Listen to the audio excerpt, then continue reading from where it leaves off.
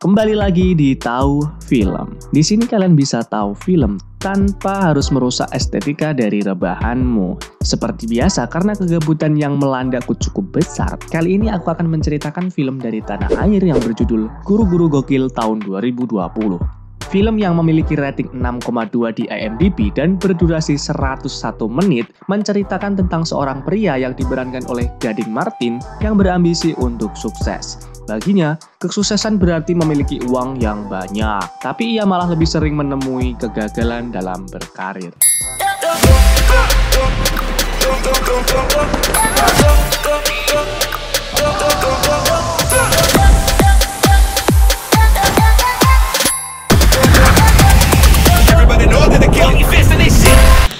Film ini dibuka dengan dua orang yang sedang mengendap-endap seperti mencari sesuatu. Belum jelas apa yang dia lakukan, tapi nanti semua akan terjawab. Kemudian pemeran utama bernama Taat Pribadi yang taat seperti saya bernarasi yang paling dia suka adalah uang. Nah kan sama seperti saya. Dan yang tidak dia suka adalah guru. Kalau yang ini nggak sama, kayaknya. Tapi Taat hidup di keluarga yang miskin dan ayahnya seorang guru. Lengkap sudah penderitaannya. Karena selalu dikekang oleh ayahnya, Taat memutuskan untuk pergi merantau ke kota. Di kota, kerjaan apapun dia lakukan untuk membuktikan pada bapaknya kalau dia bisa lebih sukses dari hanya menjadi seorang guru. Tapi hingga 10 tahun merantau, dia tetap tidak berhasil dan memutuskan untuk pulang kampung. Bapaknya nampak kurang senang dengan kepulangan anaknya yang sudah tidak pulang selama 10 lebaran. Karena Taat ini orang yang taat, dia mencoba menjadi YouTuber, walau gagal juga. Akhirnya dia pergi ke tempat penyaluran tenaga kerja, bahkan sampai berbohong bahwa adiknya sedang sakit. Ya, karena dia tidak mempunyai adik, Taat meminta tolong kepada remaja laki-laki untuk berpura-pura menjadi adiknya yang sedang sakit, dengan imbalan 50.000. Taat pun tergiur dengan menjadi staf kapal pesiar, tapi modal yang dibutuhkan sebesar 50 juta. Penyalur tenaga kerja itu menyarankan Taat untuk menjadi guru sementara di salah satu sekolah di sana. Dan ternyata pekerjaan itu di sekolah Taat dulu, juga di sekolah tempat bapaknya mengajar. Selesai dari itu, Taat malah kabur dari remaja tadi padahal belum membayar uang yang dijanjikan. Keesokan harinya Taat pergi ke sekolah. Di sana dia bertemu dengan Ibu Rahayu yang menjadi guru tata usaha sekaligus guru matematika. Taat menggoda Ibu Rahayu yang berwatak tegas sampai membuat Ibu Rahayu ingin memukulnya. Belum sampai terpukul, kepala sekolah datang dan menenangkan. Dia menerima Taat dengan baik dan meminta untuk menjadi guru sejarah sementara mulai besok sampai bulan depan. Taat pun keesokan harinya ke sekolah membawa ijazah dan melaksanakan tugas hari pertamanya menjadi guru. Sesampainya di kelas, ketika perkenalan, ada siswa yang terlambat dan ternyata siswa itu adalah remaja yang diminta mengaku menjadi adik Taat kemarin itu. Taat pun langsung membungkam anak itu keluar kelas. Anak itu meminta untuk membayarnya sepulang sekolah. Setelah bel pulang, ada guru yang diprank oleh beberapa murid. Nih, contoh-contoh murid laknat. Taat pun menolong dan mereka saling berkenalan. Guru yang bernama Pak Manul itu merasa hutang budi, tapi Taat malah mau berhutang uang kepada Pak Manul. Mantap. Pak Manul tidak dapat membantu, tapi ia menyarankan untuk pinjam ke guru lain. Akhirnya Taat meminjam uang kepada guru muda yang bernama Pak Gagah. Ya, mirip-mirip lah gagahnya sama saya. Dari Pak Gagah, Taat pun mendapat pinjaman 50.000 dan dia mendapatkan info bahwa bapaknya sebentar lagi akan pensiun dan mendapat pesangon 100 juta. Selesai membayar hutangnya ke anak tagih, Taat berpikir apakah bapaknya mau memberikannya uang untuk menjadi staf kapal pesiar.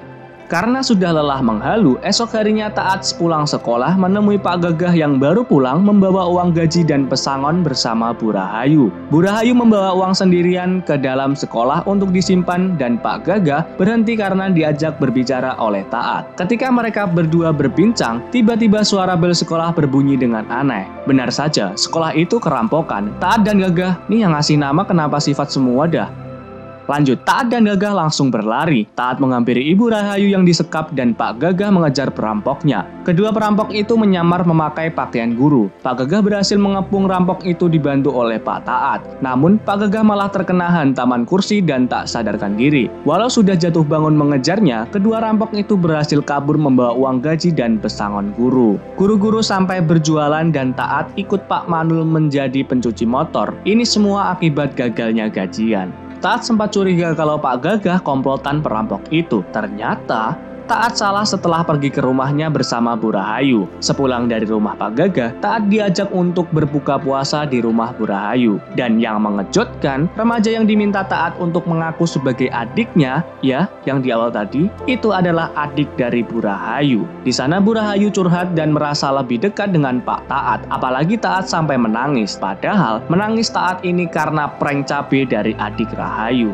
Taat dan Rahayu semakin dekat setelah candaan-candaan mereka. Tapi Taat masih saja galau karena belum mendapat uang untuk modal menjadi staf kapal pesiar. Taat sangat bersemangat untuk menangkap perampok-perampok itu. Saat di kelas, Taat dibantu murid-muridnya untuk menggambar tato dari salah satu perampok itu. Di sana, Taat mulai merasakan indahnya menjadi guru. Di ruang UKS, Bu Nirmala yang hamil ini memberitahu kalau itu adalah tato dari anak buah Pak Le yang sering menagih hutang mantan suaminya ke rumah walau sudah berpisah. Siapakah Pak Le? Apakah dia sosok di balik mahalnya Kinder Joy? Taat mempunyai ide untuk mengikuti penagih hutang yang memiliki tato itu dari rumah Bu Nirmala. Dengan menggunakan mobil customer cucian, Taat, Pak Manul bersama Bu Nirmala memantau di dekat rumah Bu Nirmala. Sampai akhirnya mereka mengikuti hingga ke markas yang terlihat seperti bengkel mobil. Mereka memutuskan untuk masuk ke dalam dengan penyamaran yang apik. Di dalam Taat mengeksplor tempat itu dan menemukan tempat penyimpanan uang perampokan. Ternyata itu juga markas dari Pak Le, seorang yang kejam, berkedok sebagai pebisnis koperasi dan mempunyai backing dari orang-orang yang penting. Taat hampir saja ketahuan oleh Pak Le dan pengawalnya. Selesai mobil dibenahi, upahnya ternyata 300.000. Alhasil jam tangan kesayangan Pak Manul pun dikorbankan. Taat berencana untuk kembali ke tempat itu untuk mengambil uang mereka. Tapi Pak Manul dan Bu Nirmala tidak mau ikut kalau Bu Rahayu tidak ikut. Keesokan harinya, ketika Taat sedang berbicara dengan Bu Rahayu mengenai hal-hal tadi, tiba-tiba kepala sekolah datang dan memberitahu masalah yang ditimbulkan murid Pak Taat, sekaligus adik Bu Rahayu. Mereka mengerjakan tugas mengenai sejarah ganja bersama salah satu temannya. Alhasil, Rahayu tidak mau membantu kalau presentasi adiknya tidak berjalan lancar. Taat pun dengan terpaksa berlatih mengajar, tapi metodenya masih gagal juga. Ketika ia pusing, adik Bu Rahayu datang dan memberikan solusi sebagai permohonan maafnya. Presentasi pun dapat berjalan lancar. Kini, mereka berempat menyusun rencana untuk melakukan aksi pengambilan uang tanpa meninggalkan tugas sebagai guru. Di sela-sela itu, Taat dan Bu Rahayu saling bercerita di tengah sawah. Mereka pun melepaskan amarah dengan berteriak sampai menggetarkan bumi. Tibalah malam aksi pengambilan uang. Mereka melakukan rencana yang sudah dibuat dengan rapi serapi baju Pak Polisi. Ternyata memang uang mereka ada di sana. Nah, di sini kita melihat scene yang ada di pembuka film tadi. Namun tiba-tiba ada mobil datang untuk mengambil peti-peti uang itu. Taat dan Rahayu pun masuk ke dalam peti dan diangkut ke dalam mobil. Pak Manul yang hampir kalah dari pengawal Pak Le ditolong oleh adik Bu Rahayu. Mereka pun membuat siasat untuk mengeluarkan Taat dan Rahayu dari dalam mobil. Dengan dibantu kekuatan bapernya emak-emak, mereka pun berhasil lolos. Namun, karena HT yang dibawa Pak Taat tertinggal di dalam mobil, Pak Le pun mengetahui kalau yang membawa uangnya adalah dari sekolah Gunung Asri. Setelah dihitung-hitung, ternyata uang yang mereka bawa malah melebihi 1 miliar. Uang itu pun disimpan sementara di dalam perpustakaan sekolah. Setelah itu, Taat dihubungi oleh penyalur tenaga kerja untuk mengingatkan kalau hari ini terakhir pembayaran. Dan Taat menjawab, uangnya sudah ada full 50 juta. Di sebelahnya ada adik Bu Rahayu yang mendengarkan percakapan Taat. Ternyata Taat mengambil uang yang disimpan di perpustakaan tadi. Niatnya, dia hanya mengambil 50 juta yang dihitung sebagai pesangon pensiun bapaknya. Tapi karena gembok lemari yang rusak, Taat memutuskan membawa semuanya dan dipindahkan. Benar saja, kini Taat dipergoki oleh mereka semua. Tapi Bu Rahayu malah membiarkan Taat untuk pergi membawa uang. Dan ketika polisi datang, polisi-polisi itu malah menangkap para guru. Taat membawa uang tadi ke rumahnya. Ketika di rumah, Taat menjelaskan kalau ini uang gaji guru dan pesangon bapak. Di sini Taat juga minta maaf atas kesalahannya yang dulu 10 tahun tidak pulang. Bukan karena dia tidak mau, tapi Taat malu karena dia belum sukses dan membanggakan. Termasuk ijazah Taat pun ternyata juga palsu.